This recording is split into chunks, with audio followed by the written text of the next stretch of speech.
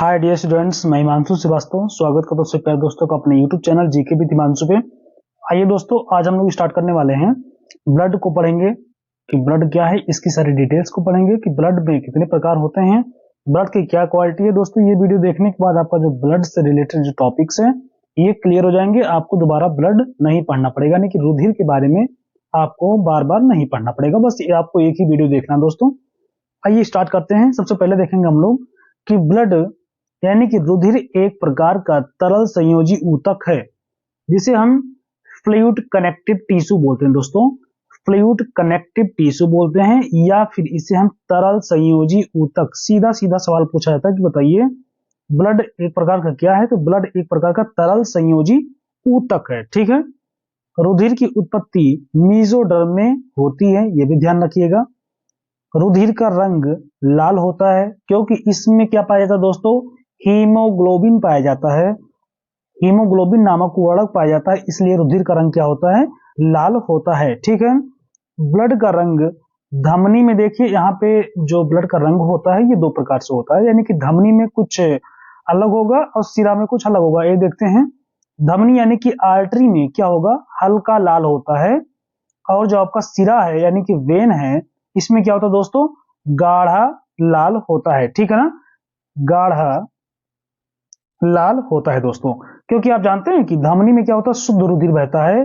शुद्ध रुधिर बहता है कहां पे, धमनी में आपका बहेगा शुद्ध रुधिर, और जो सिरा है इसमें क्या बहेगा, इसमें बहेगा अशुद्ध रुधिर, यानी कि इसमें गंदा खून बहता है जिसके हम अशुद्ध रुधिर कह सकते हैं। और इसमें क्या होता है, इसमें फिल्टर होने के बाद यानी कि साफ रुधिर बहता है जिसे हम शुद्ध रुधिर भी कहते हैं दोस्तों। ठीक है ना। सीधा सीधा एग्जाम में सवाल पूछा तो बताइए कि धमनी में कौन सा रुधिर बहता है, तो धमनी में शुद्ध रुधिर बहता है। अच्छा बताइए सिरा में कौन सा रुधिर बहता है, सिरा में अशुद्ध रुधिर बहता है, इसे ध्यान रखिएगा। और आप लोग एक चीज और जानते होंगे कि आर्टरी में क्या होता है, रंग इसका हल्का लाल होता है, और आपका सिरा में यानी कि वेन में क्या होगा, गाढ़ा लाल होगा रुधिर का रंग। ठीक है। आइए कुछ और देखते हैं दोस्तों, इंपॉर्टेंट चीज है इसमें। देखिए रुधिर का जो कार्य है ये O2 तथा CO2 का संवहन करना है। संवहन मतलब एक स्थान से दूसरे स्थान तक न्यूट्रिएंट्स को पहुंचाना इसका काम है। या फिर O2 या CO2 यानी कि ऑक्सीजन एंड कार्बन डाइऑक्साइड को एक स्थान से दूसरे स्थान तक पहुंचाना है, और उसी की सहायता से ये न्यूट्रिएंट्स पहुंचाने का भी काम करता है दोस्तों। यानी कि इसका जो मुख्य कार्य है ये O2 एंड CO2 यानी कि ऑक्सीजन एंड कार्बन डाइऑक्साइड को पहुंचाने का काम करता है, तथा हमारे शरीर को प्रतिरक्षा प्रदान करना होता है। इसका जो प्रमुख कार्य है, क्या प्रदान करता है दोस्तों, प्रोटेक्शन देता है किसको, बॉडी को। ठीक है। रुधिर का पीएच मान 7.4 है दोस्तों। 7.4 क्या है, पीएच मान है।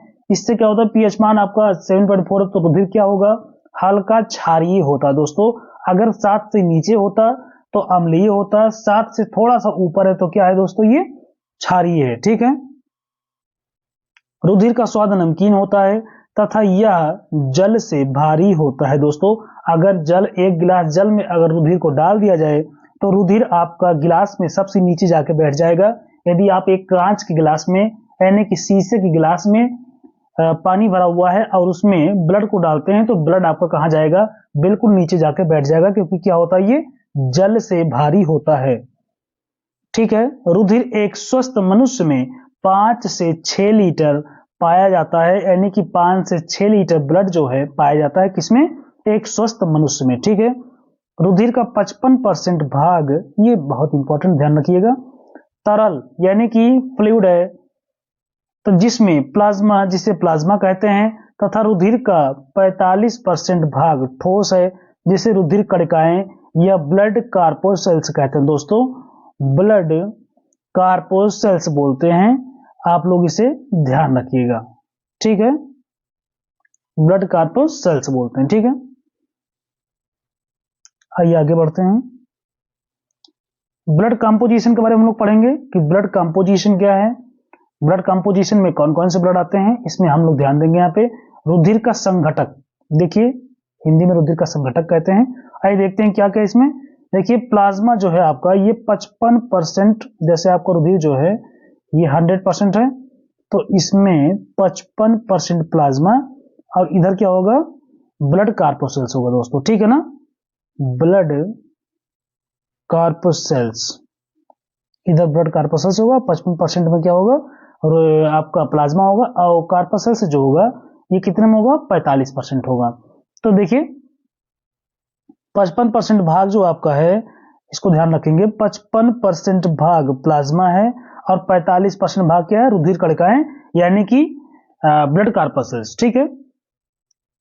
देखिए आपका जो प्लाज्मा है दोस्तों, ये क्या है, ये तरल भाग है, ठीक है ना, ये तरल भाग है, और ये 90 से 92% इसमें क्या होता है दोस्तों, जल पाया जाता है। कई बार परीक्षा में सवाल पूछा गया है कि बताइए प्लाज्मा में कितना परसेंट वाटर पाया जाता है, सीधा सीधा सवाल दोस्तों परीक्षा में पूछा जाता है।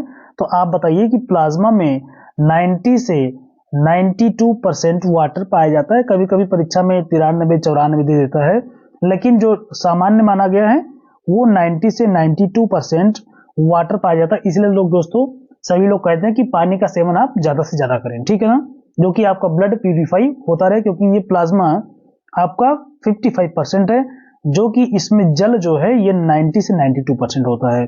अच्छा, इसमें प्लाज्मा में जो प्रोटीन पाया जाता है ये 6 से 7% प्रोटीन भी पाया जाता है दोस्तों।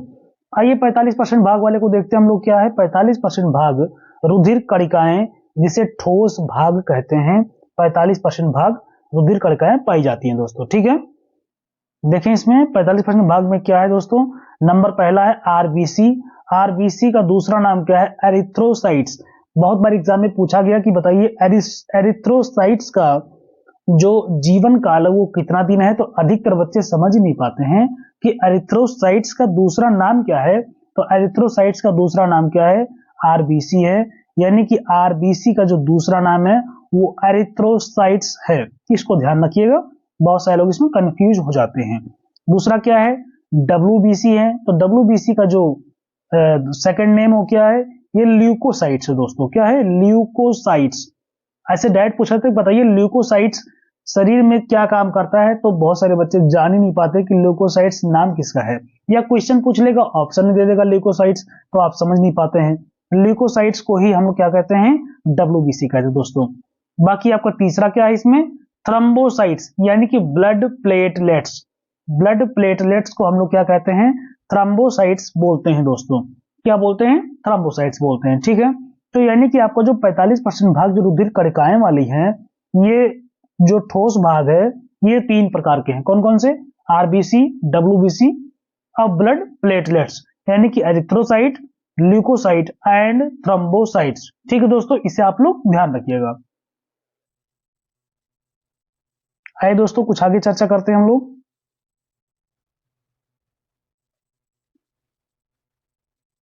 सभी की विशेषताओं को देखेंगे हम लोग। सबसे पहले शुरू करते हैं आरबीसी के बारे में, यानी कि एरिथ्रोसाइट्स के बारे में, जिसे रेड ब्लड कार्पोसेल्स भी कहते हैं। सबसे पहला पॉइंट है, इसका रंग लाल होता है क्योंकि इसमें हीमोग्लोबिन पाया जाता है। दोस्तों आपने ब्लड को देखा होगा, जो आरबीसी है, जो ब्लड हम लोग टेस्ट करवाने के लिए निकलवाते हैं, वो जो लाल होता है उसमें हीमोग्लोबिन नामक वर्णक पाया जाता है। इसी वजह से क्या होता है दोस्तों, ये इसी वजह से ही रेड होता है, ठीक है। नंबर दूसरा पॉइंट देखते हैं, स्तनधारी यानी कि मनुष्य की आरबीसी सबसे छोटी आकार की होती है। सबसे छोटी आकार की आरबीसी होती है किसमें, मनुष्य में दोस्तों सबसे छोटी आकार की आरबीसी होती है। इसको भी आप लोग, यानी कि स्तनधारी में होता है, इसे भी आप लोग ध्यान रखिएगा, ओके। सेकेंड पॉइंट क्या है, मनुष्य की आरबीसी में केंद्रक यानी कि न्यूक्लियस नहीं पाया जाता है, और मनुष्य की आरबीसी में न्यूक्लियस नहीं पाया जाता, ध्यान रखिएगा। और मनुष्य की आरबीसी में माइटोकॉन्ड्रिया भी नहीं पाया जाता है, इस पॉइंट को भी आप लोग ध्यान रखिएगा, ठीक है ना। यानी कि आरबीसी, मनुष्य की जो आरबीसी से इसमें न्यूक्लियस एंड माइटोकॉन्ड्रिया दोनों नहीं पाया जाता है। लेकिन आरबीसी में आपका एक क्या अपवाद है, एक्सेप्शन है, ऊंट तथा लामा में क्या होता है दोस्तों, ऊंट तथा लामा में ये आपका यानी कि केंद्रक पाया जाता है, ठीक है ना। ऊंट तथा लामा के जो आरबीसीज हैं उस आरबीसीज में केंद्रक पाया जाता है, क्योंकि ये भी किसके अंतर्गत आते हैं, ये भी आते हैं स्तनधारियों के अंतर्गत ही आते हैं ऊंट तथा लामा, जिसके आरबीसीज में न्यूक्लियस यानी कि केंद्रक पाया जाता है। ठीक है, एक स्वस्थ पुरुष में 50 से 55 लाख प्रति मिलीमीटर क्यूब तथा एक स्वस्थ महिला में 40 से 45 लाख मिलीमीटर क्यूब क्या होता है दोस्तों, आरबीसीज विद्यमान होता है यानी कि पाया जाता है। ठीक है ना। नेक्स्ट पॉइंट देखते हैं, आरबीसीज की कमी होने पर एनीमिया, इसे एरिथ्रोपेनिया भी बोलते हैं दोस्तों, एरिथ्रोपेनिया। कई बार एग्जाम में सवाल पूछा गया है कि बताइए आरबीसीज की कमी से कौन सा रोग होता है, वहां पे एनीमिया हटा देगा ऑप्शन को, एनीमिया ऑप्शन में रहेगा ही नहीं। ऑप्शन में क्या रहेगा दोस्तों, एरिथ्रोपेनिया रहेगा, जिससे बहुत सारे बच्चे देखे ही नहीं होते हैं, इसीलिए क्या होती है उनको प्रॉब्लम होती है कि इसका नाम क्या था। ठीक है ना, तो इसे आप लोग ध्यान करके जाइए, एरिथ्रोपेनिया होता है। ठीक है ना, इसे ही एनीमिया भी कहते हैं। तथा अधिकता होने पर पॉलीसिथेमिया होता है, इसे भी आप लोग ध्यान रखिएगा, मोस्ट इंपॉर्टेंट है। पॉलीसिथेमिया होता है यानी कि अगर किसी व्यक्ति के अंदर आरबीसी यानी कि लाल रुधिर कणिकाएं अगर ज्यादा हो जाएं तो उसे पॉलीसिथेमिया हो जाता है। ठीक है, जिससे उस व्यक्ति को ब्लड निकलवाना पड़ सकता है अपने शरीर से। ठीक है दोस्तों, आइए आगे देखते हैं। नेक्स्ट पॉइंट, मनुष्य के आरबीसीज का जीवन का लगभग 120 दिन का होता है। दोस्तों मैंने ही भी आपको स्टार्टिंग में बताया था कि अगर पूछ लिया जाए कि बताइए मनुष्य के एरिथ्रोसाइट्स का जीवन काल कितना दिन होता है, तो मनुष्य के एरिथ्रोसाइट्स का जो जीवन काल है वह 120 दिन होता है, यानी कि आरबीसीज का जो जीवन काल है वह 120 दिन होता है। हम आरबीसीज कहें या एरिथ्रोसाइट्स कहें, दोनों एक ही बात है। ठीक है, आप लोग को पता ही हो गया है। नेक्स्ट पॉइंट देखते हैं। अच्छा, एक चीज और यहाँ पे ध्यान रखिए, 120 दिन बाद आरबीसीज अपने कब्रगाह में चली जाती है, जो कि प्लीहा यानी कि स्प्लीन कहते हैं दोस्तों, यानी कि स्प्लीन को ब्लड का कब्र कहते हैं। ठीक है ना, यानी कि ब्लड का रक्त का कब्र किसे कहते हैं दोस्तों, स्प्लीन को कहते हैं। ठीक है, ये पॉइंट भी आप लोग ध्यान रखिए, इसे प्लीहा कहते हैं दोस्तों, क्या कहते हैं, प्लीहा बोलते हैं। इसे आपातकालीन ब्लड बैंक कहते हैं, यानी कि इमरजेंसी ब्लड बैंक। ठीक है ना, इमरजेंसी ब्लड बैंक, आपातकालीन ब्लड बैंक कहते हैं। आइए सेकंड पॉइंट देखते हैं हम लोग डब्ल्यूबीसी के बारे में, जिसे ल्यूकोसाइट्स बोलते हैं, इसे ही व्हाइट ब्लड कार्पसेल्स भी कहते हैं दोस्तों। आइए इसके बारे में हम लोग चर्चा करते हैं, यानी कि डब्ल्यूबीसी के बारे में। देखिए क्या कह रहा है कि इसमें हीमोग्लोबिन नहीं पाया जाता, ये सभी को पता भी है कि हम आरबीसीज में बिल्कुल हीमोग्लोबिन नहीं पाया जाता है, सॉरी डब्ल्यूबीसी में हीमोग्लोबिन नहीं, आरबीसी में दोस्तों पाया ही जाता है, डब्ल्यूबीसी में हीमोग्लोबिन नहीं पाया जाता है, यानी कि ल्यूकोसाइट्स में हीमोग्लोबिन नहीं पाया जाता है। इसी कारण से क्या होता है दोस्तों, इसका रंग जो है यह सफेद होता है। अब सोचिए आप लोग, अगर आरबीसीज में भी हीमोग्लोबिन नहीं पाया जाता तो उसका रंग भी क्या होता, सफेद होता, लेकिन उसमें पाया जाता है। ठीक है, लेकिन आपका डब्ल्यूबीसी में नहीं पाया जाता है क्या, हीमोग्लोबिन, इसी वजह से इसका रंग सफेद होता है। ठीक है, आप लोग ध्यान रखिएगा।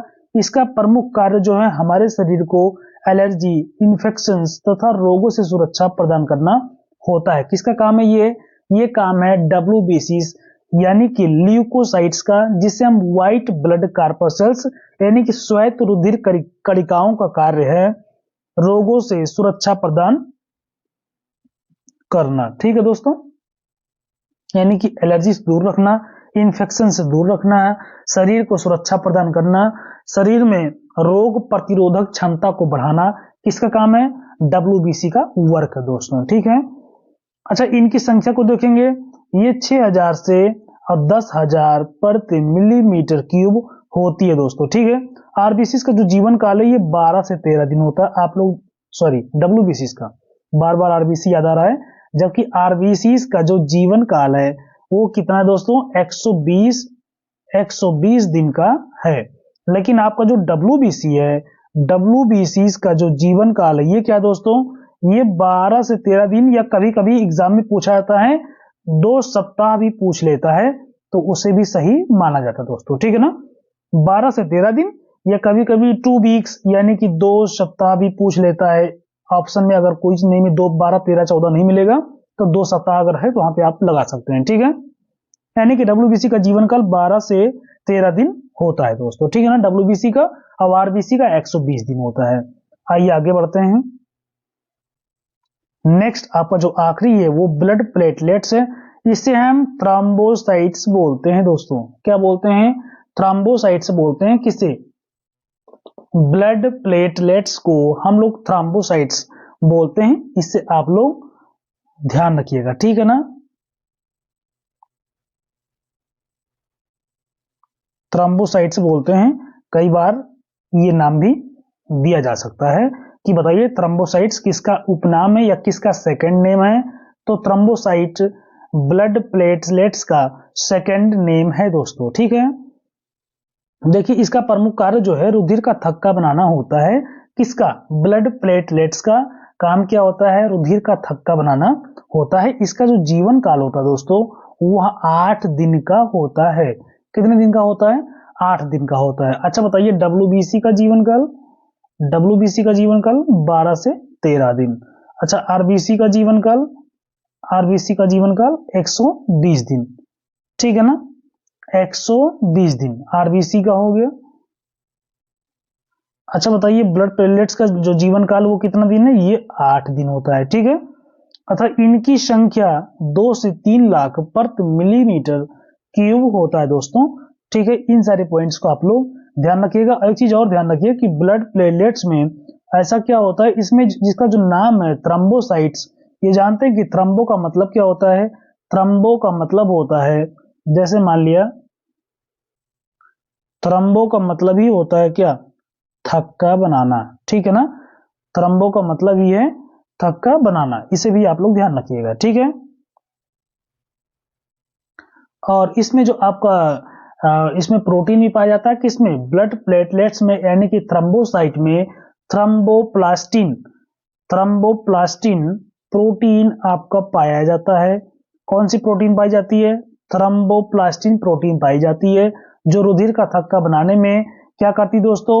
हेल्प करती है, यानी कि सहायता करती है, महत्वपूर्ण भूमिका निभाती है। समझ लीजिए आप लोग कि रुधिर का थक्का बनाने में जो ब्लड प्लेटलेट्स में जो प्रोटीन पाई जाती है उसे थ्रोम्बोप्लास्टिन प्रोटीन कहते हैं, और इसी कारण से रुधिर का थक्का बनना संभव हो पाता है। आप लोग इसे भी ध्यान रखिए दोस्तों, ठीक है ना। और कौन सी प्रोटीन होती है? आपको हमने बता ही दिया कि प्रोटीन का नाम क्या है, ये आप लोग ध्यान रखिएगा। थ्रोम्बोप्लास्टिन प्रोटीन पाया जाता है। और इसमें एंजाइम, कौन सा एंजाइम होता है? तो प्रोटीन या एंजाइम दोनों एक ही चीज है। तो इसमें क्या होता है दोस्तों, इस लेवल पे एक ही चीज मानी जाएगी। इसमें कौन सा? फाइब्रिनोजन जो होता है, ये सबसे अधिक इस प्रोटीन में जो आपका एलिमेंट पाया जाता है, जो सबसे इंपॉर्टेंट चीज है वो क्या है? फाइब्रिनोजन है। उसी कारण क्या होता है? थक्का बनने में क्या होता है? संभव हो पाता है। अच्छा अगर पूछा जाए कि ब्लड प्लेटलेट्स में बताइए कौन सी विटामिन पाई जाती है, तो ब्लड प्लेटलेट्स में आप लोग बताइए विटामिन के पाई जाती है। आपने सुना भी होगा कि विटामिन के से क्या नहीं होता है? ब्लड का थक्का बनना कभी रुकता नहीं है, यानी कि ब्लड का थक्का जो बनता है वो किसके कारण संभव होता है? विटामिन के कारण होता है। तो ऐसा ही पूछा सकते, बताइए थ्रोम्बोसाइट में कौन सी विटामिन? तो थ्रोम्बोसाइट में विटामिन के पाया जाता है। और कौन सी प्रोटीन? तो थ्रोम्बोप्लास्टिन प्रोटीन पाया जाता है, या फाइब्रिनोजन इसे थक्का बनाने में आवश्यक होता है दोस्तों, ठीक है ना। तो ये सभी तत्व, ये सभी पॉइंट्स, ये सभी तत्व जो मैंने बताया आपको, ये ध्यान रखिएगा। सभी बहुत ही इंपॉर्टेंट पॉइंट्स दोस्तों। अगर आपको वीडियो अच्छा लगा हो तो चैनल को आप लोग please like, share and subscribe कर दीजिए दोस्तों। थैंक यू दोस्तों, थैंक यू सो मच।